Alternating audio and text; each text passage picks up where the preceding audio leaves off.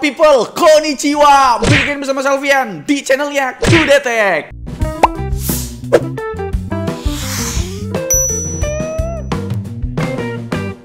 Suka nih ya sama brand yang terus berprogres ya, walaupun ya alon-alon asal kelakon gitu. Apalagi ini brand lokal yang literally lokal beneran, karena ada pabriknya di sini ya kan. Bahkan mereka punya program CSR yang keren ya kan, dengan mentraining para siswa SMK dan yang paling gurih, mereka punya garansi EDP yang bisa nge-cover unit laptop yang hilang akibat pencurian atau kemalingan nih. Ya bener ya, dari tadi aku mention brand Axio yang baru aja punya lini produk baru.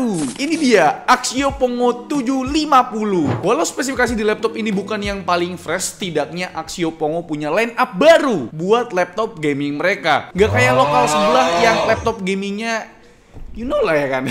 Apalagi segmen Pongo 750 ini bener-bener pasar kacang goreng yang gurih banget. Sayang dong ya kalau Axio nggak ikut terjun gitu ya kan. Pongo 750 ini ditenagai prosesor Intel Core i7 13620H dan distri GPU-nya GeForce RTX 4050 laptop. Dan sebagai raja terakhir di perlaptopan duniawi, tentu Axio langsung ngebantai habis segmen ini yang harganya terus-terusan dijagain di atas 16 jutaan, bre. Kalian tahu nggak Pongo 750 ini bakal dihargain berapa? 15 juta? 10 juta? Ah, kalau 10 juta nggak mungkin deh. 14 juta? No, Pongo 750 ini bakal dihargain nggak lebih dari 14 juta. Gokil.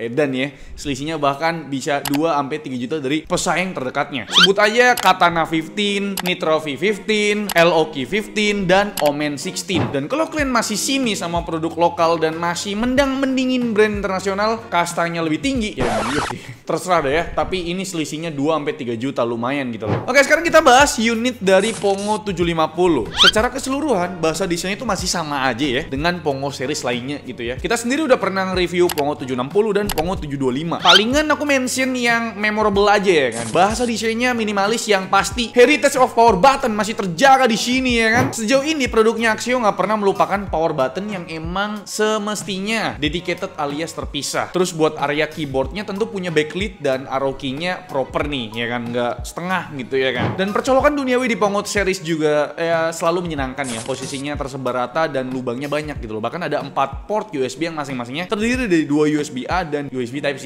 ya kan. Dan buat spesifikasi layarnya masih sama dengan Pongo series lainnya, pakai panel IPS ya kan, berukuran 15,6 inci dengan resolusi Full HD 1080p dan punya refresh rate up to 144 Hz. Tapi cukup disayangkan ya, buat kualitas panelnya nggak secakep Pongo 760. Coverage gambut sRGB Pongo 750 malah mendekati Pongo 725 yang ada di angka 60-an%. Padahal gambut sRGB di unit Pongo 760 hampir perfect di 98% loh. Dan kalau soal brightness-nya ya so-so lah ya, minimal udah cukup redup, tapi maksimalnya masih belum nyentuh 300 nits, bre. Terus buat akurasi warnanya udah akurat banget di angka 1 delta E. Tapi kalau coverage gambutnya aja di bawah 70%, jadi mubazir juga sih ya angka seakurat ini. Soalnya kan nggak bisa nampilin warna sebanyak Pongo 760 yang coverage gambut sRGB-nya menyentuh 98% tuh. Sayang sekali ya.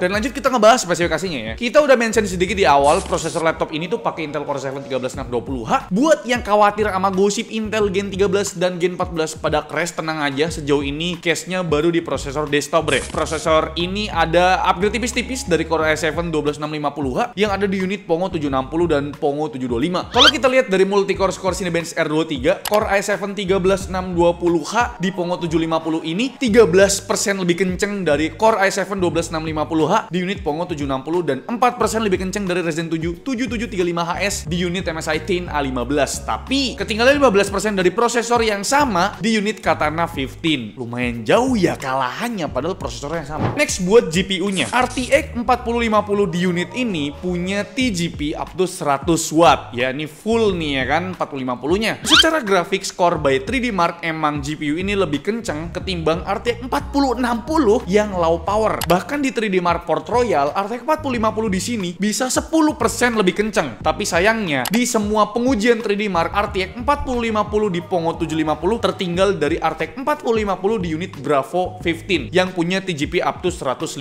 watt. Dan soal RAM atau memorinya masih sama ya bre, pakai modul memori SODIMM DDR4 berkapasitas 2x8GB 3200 MHz dari brand PC Pro, dari brandnya mereka sendiri yaitu Axio ya. Dan buat storage-nya pakai M.2 NVMe SSD PCIe Gen 4 berkapasitas 512GB yang speednya hampir rata kanan dari brand PC Pro juga. Oh ya bre, di board Pongo 750 ini emang ada 2 slot M.2, tapi yang slot kedua cuma support PCIe Gen 3. Jadi kalau kalian mau nambah storage, jangan beli yang SSD Gen 4 biar gak mubazir. Terus buat baterainya, kalau di Pongo-Pongo sebelumnya selalu menyebalkan ya, karena cuma bertahan ya kurang lebih 3 jam ya kan. Tapi tenang aja bre, di unit Pongo 750 ini udah makin awet karena bisa bertahan sampai 4,5 jam. Padahal dari segi kapasitas baterai masih sama-sama 54 watt hours. Kira-kira kenapa ya? Apakah emang prosesornya diturunin gitu wattnya? Coba komen di bawah ya kan. Tapi bre, buat charging time-nya ya masih sama ya, cuma perlu 1 jam lebih sedikit berbekal power adapter bawaan 180 watt. Dan kita lanjut ngebahas performanya dari Pongo 750 ini bre. Tapi disclaimer dulu ya, kita tes di mode performance dengan fan speednya auto. Kalian bisa pilih-pilih presetnya di control center dengan shortcut FM plus escape. Dan buat render 3D, kita coba tes render image scene BMW di Blender ya. Hasilnya cuma butuh waktu 12 detik, yang mana angka segini emang standar lah ya buat RTX 4050. Tapi buat render video di Premiere Pro ternyata lebih lambat jika dibandingkan performa RTX 4050 lain. Anomali ini kejadian juga sama abangnya itu Pongo 760 yang RTX 4060-nya lebih lambat ketimbang unit lain di skema render video. Di Pongo 750 ini render video 4K berdurasi 1 menit butuh waktu 1 menit. Terbilang pelan loh buat kelasnya. Dan performa RTX 4050 terdekat ada unit Bravo 15 yang bisa render dalam waktu 43 detik. Terus buat render video Full HD ternyata sama lambatnya bre, butuh waktu 17 detik. Padahal ya di unit ROG Strix G16 cuma 9 detik dan di unit TUF F15 cuma 12 detik. Sedangkan buat per AI-an duniawi, ini jadi laptop dengan RTX 4050 pertama yang kita tes buat generate image lewat Stable Diffusion. Kebanyakan data yang kita punya tuh adalah RTX 4060 yang low power gitu loh. Makanya gak heran kalau performa RTX 4050 di Pongo 750 ini lebih kenceng karena bisa generate satu waifu dalam waktu 3,9 detik aja. Lebih kenceng 2 detik ketimbang RTX 3056GB yang ada di unit LOQ15. Dan sampailah ke pembahasan yang paling ditunggu-tunggu oleh para warga ya kan. Apalagi kalau bukan performa gamingnya. Total ada 11 game yang kita tes dan semuanya kita tes di resolusi Full HD. Game pertama ada Cyberpunk 2077 yang kita tes di 4 preset dengan DLSS quality, frame generationnya on dan ray tracingnya on. Hasilnya oke banget bre. Pakai preset ultra pun masih dapat 100 fps lebih. Kalau di game Forza Horizon 5 kita tetap aktifin frame generation tapi ray tracingnya off. Preset ultra di game ini juga masih dapat ratusan fps. Asik juga nih, laptop 14 jutaan bisa dapat ratusan fps di game sekelas Cyberpunk dan Forza Horizon dengan preset ultra. Tapi di God of War masih belum nyentuh 100 fps bre. Padahal cuma main di preset high. Emang seberpengaruh itu ya teknologi frame generation ke performa in game. Tapi di DLSS 2 ya udah lumayan lah, dapat boostingan 20 fps dari native-nya. Lanjut game keempat ada Assassin's Creed Mirage yang bisa dapat ratusan fps kalau main di preset high dan low. Kalau paksa di preset ultra masih kurang playable nih bre. Kalau di game Far Cry 6 ini agak lain bre. Selisih antara preset high dan ultra cuma beda 1 fps doang. Kalau gini mending main di preset ultra sekalian ya kan. Lanjut lagi di game Horizon Zero Dawn, main di preset ultra nggak ada masalah ya, masih tembus ratusan fps rata-ratanya. Next buat game kompetitif, pertama ada The Final, berkat teknologi frame generation, performa laptop ini bisa dapat 165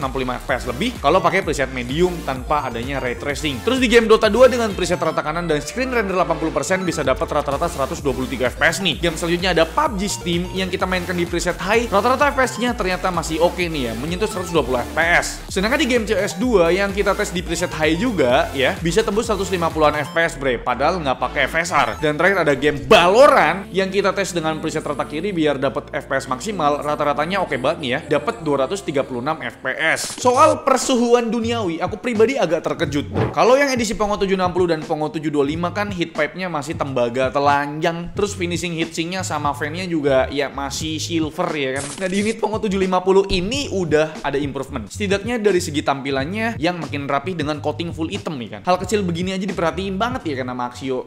Dengerin lah keluhan keluhan saya sih harusnya sih.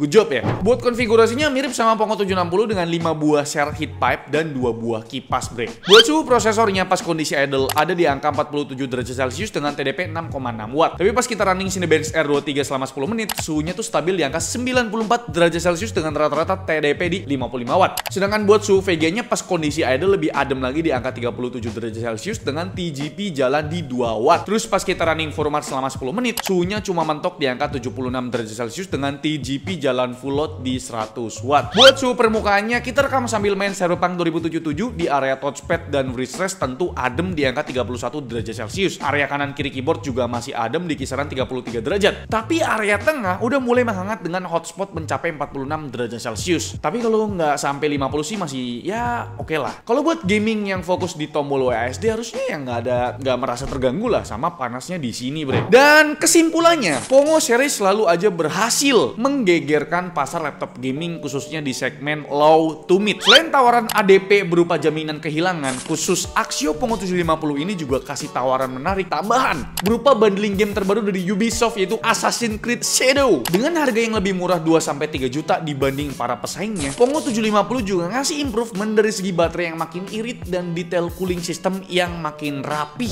Tapi selalu ada konsekuensi dari harga yang lebih murah ya kan. Performa raw prosesor dan GPU-nya masih di bawah para pesaing. Tadi berasa juga ya di pengujian rendering video. Terus coverage gamut panelnya ternyata lebih condong ke Pongo 725 ketimbang Pongo 760. Dan yang agak menyebalkan tentu aja noise dari fan-nya yang melaju sampai 5000-an RPM. Cukup berisik lah buatku pribadi gitu loh. Dan ditambah harga murah ini kita nggak dapet OHS ya. Tapi kalau misalkan kalian mau beli di marketplace itu udah murah-murah kok OHS ya. Office Home Student gitu. Tapi setidaknya udah dikasih bundling game terbaru dari Ubisoft yaitu Assassin's Creed Shadow. Jadi kira-kira itu dia ulasan review dari kami mengenai Pongo 750. Tadi udah kita kasih kesimpulan ya, plus minusnya apa ya kan. Sekarang tinggal dari kalian, gimana menurut kalian? Coba kalian tulis di kolom komentar di bawah ya. Like video ini kalau kalian suka, dislike kalau kalian jelek banget, dan jangan lupa untuk tekan tombol subscribe yang warna putih karena udah gak warna merah lagi.